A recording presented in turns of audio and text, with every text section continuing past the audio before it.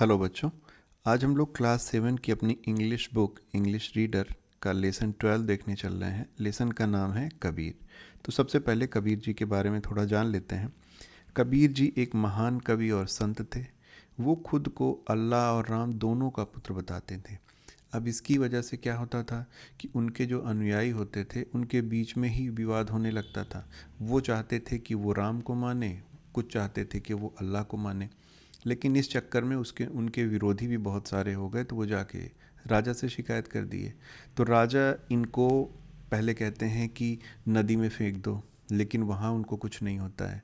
फिर कहते हैं कि जाओ इनको एक कुटिया में रख के आग लगा दो, वहाँ भी कुछ नहीं होता है। फिर उनको एक पागल हाथी के सामने छोड़ दिया जाता है, लेकिन वहाँ भी वो हाथी भाग जाता है और उनको कुछ नहीं होता है। बाद में जब कबीर जी मरते हैं तो मरने पे इनके शिष्य आपस में लड़ने लगते हैं कि इनको हिंदू धर्म के हिसाब से जलाएंगे, या मुस्लिम वाले कहने लगते हैं कि इनको मुस्लिम धर्म के हिसाब से दफनाएंगे। लेकिन जब ये लोग ऐसे लड़ ही रहे होते हैं तो ऊपर से आकाशवाणी होती है, जिसमें कबीर खुद ही बोलते हैं कि ज़रा चद्दर उठाकर तो देखो।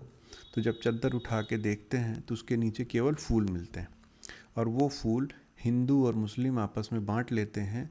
वो हिंदू जाके उसको जला देते हैं और मुस्लिम जाके उसको दफना देते हैं।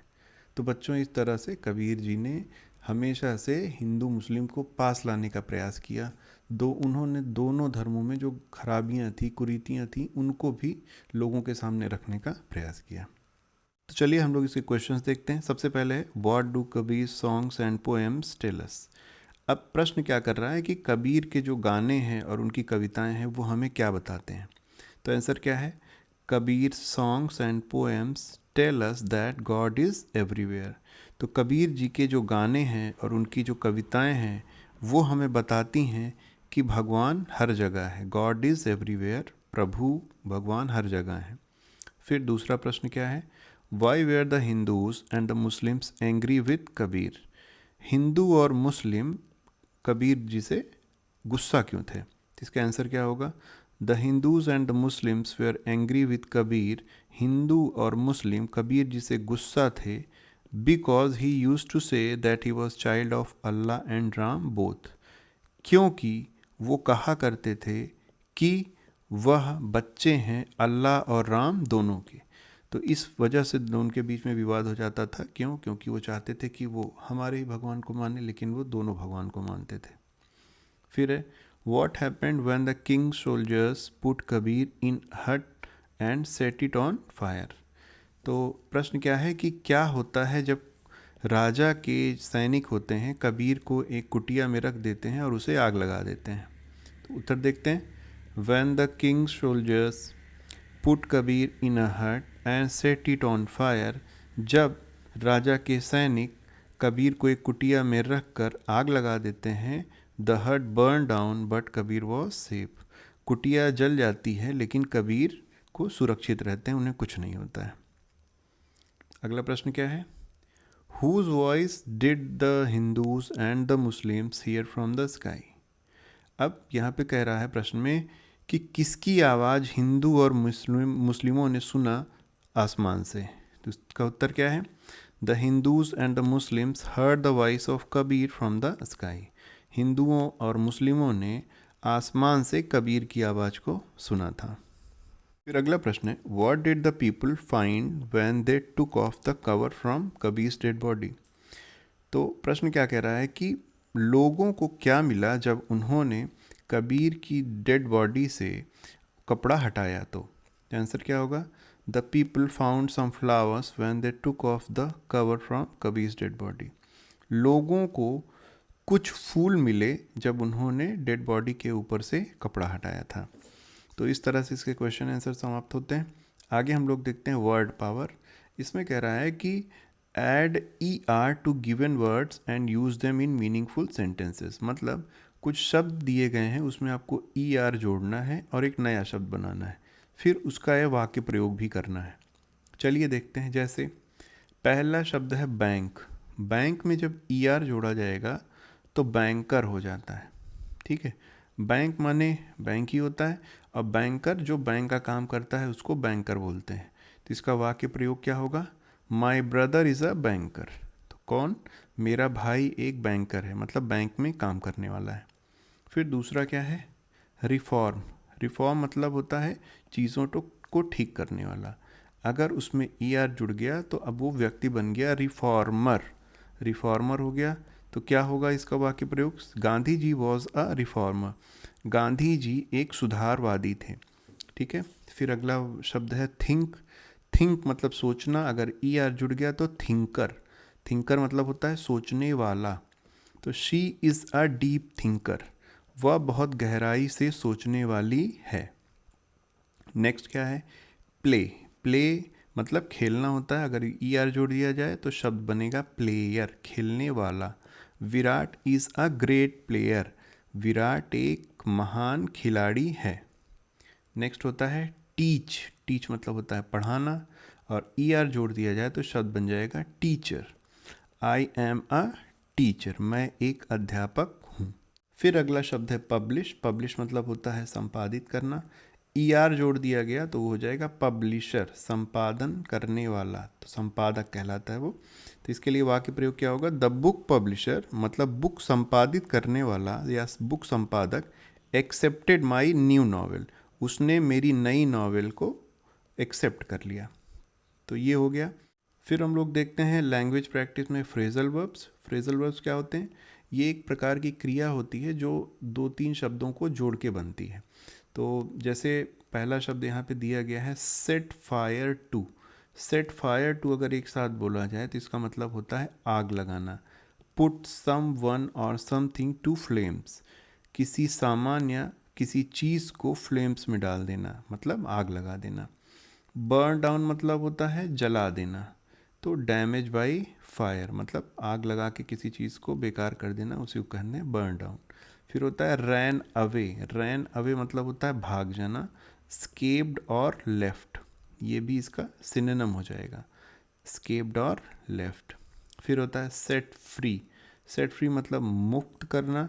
रिलीज समवन, किसी को छोड़ देना, जैसे किसी पक्षी को आप छोड़ दीजिए तो उसे कहेंगे सेट फ्री। फिर है पास्ड बाई। पास्ड बाई मतलब गुजर जाना, टू गो। तो चलिए देखते हैं, यहाँ पे कुछ शब्द दिए गए हैं। Fill in the blanks with the appropriate phrasal verbs given in the box. मतलब यहाँ पे कुछ सेंटेंस दिए गए हैं और यहाँ पे कुछ वर्ड दिए गए हैं, सही सेंटेंस में सही फ्रेजल वर्ब को भरना है। चलिए देखते हैं। The thief set fire to the building, मतलब चोर ने बिल्डिंग को आग लगा दी। सेट फायर मतलब होता है आग लगा देना। फिर होता है the bird was set free from the cage, तो पक्षी जो था उसे फ्री कर दिया गया, छोड़ दिया गया, कहाँ से, केज से। केज मतलब होता है पिंजड़ा। फिर नेक्स्ट है the crop was burn down totally. Crop मतलब फसल को, बर्न डाउन मतलब जला दिया गया, टोटली मतलब पूरी तरह से। फिर होता है the boy ran away when he saw a snake. The boy मतलब होता है लड़का भाग खड़ा हुआ या फिर भाग गया, when he saw a snake जब उसने एक सांप को देखा। फिर है a car slowly passed by the front of the house. एक कार थी वो धीरे धीरे गुजर गई in the front of the house, मतलब हाउस के सामने से। तो ये हो गए हमारे फिल इन द ब्लैंक्स। चलिए हम लोग अब तीसरा देखते हैं, choose the correct preposition to fill in the blanks. तो हमें रिक्त स्थान भरने के लिए सही प्रीपोजिशन का प्रयोग करना है। सबसे पहले इनका अर्थ देख लेते हैं। बिटवीन क्या होता है, दो लोगों के बीच में अगर कोई चीज़ है तो उसको कहा जाएगा बिटवीन। तो दो लोगों के बीच में है तो बिटवीन, और अगर दो से ज़्यादा लोगों के बीच में है तो उसको कहा जाएगा एमंग। अगर दो से ज़्यादा लोगों के बीच में कोई चीज़ बांटनी है या फिर दो से ज़्यादा लोगों के बीच में कोई चीज़ है तो उसको एमंग बोलते हैं। बिसाइड क्या होता है, मान लीजिए एक व्यक्ति यहाँ पे बैठा हुआ है, इसके बगल में एक दूसरा व्यक्ति बैठा हुआ है, तो हम लोग कहेंगे he is sitting beside him. He is sitting beside him. अब देखते हैं बिसाइड्स। बिसाइड्स मतलब होता है साथ ही साथ, मतलब पहला तो है ही है, साथ ही साथ कुछ और भी है। चलिए इनका हम लोग वाक्य प्रयोग करेंगे या फिर ये इन सेंटेंस में रिक्त स्थान भरेंगे, तब देखते हैं कैसे क्या है।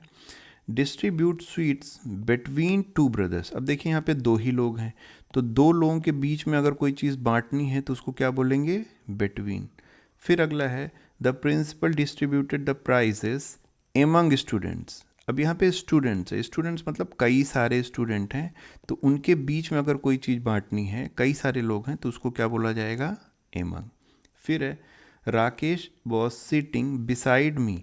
अब जान लीजिए कि एक व्यक्ति बैठा है, उसके बगल में एक दूसरा व्यक्ति बैठा है।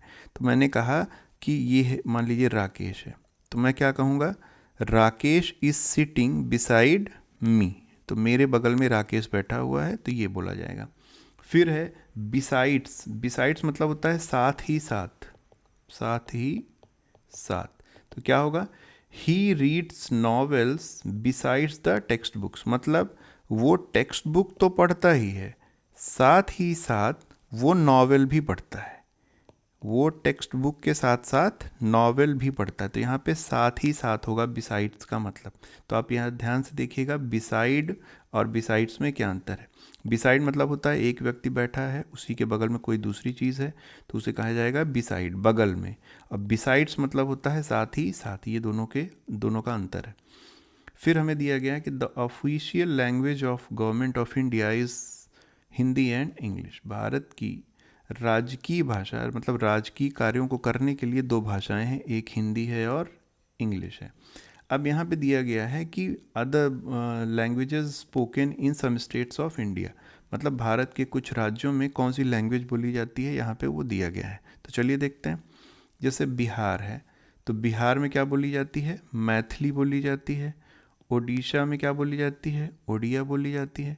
महाराष्ट्र में बोली जाती है मराठी। गोवा में बोली जाती है कोंकणी। केरला में बोली जाती है मलयालम।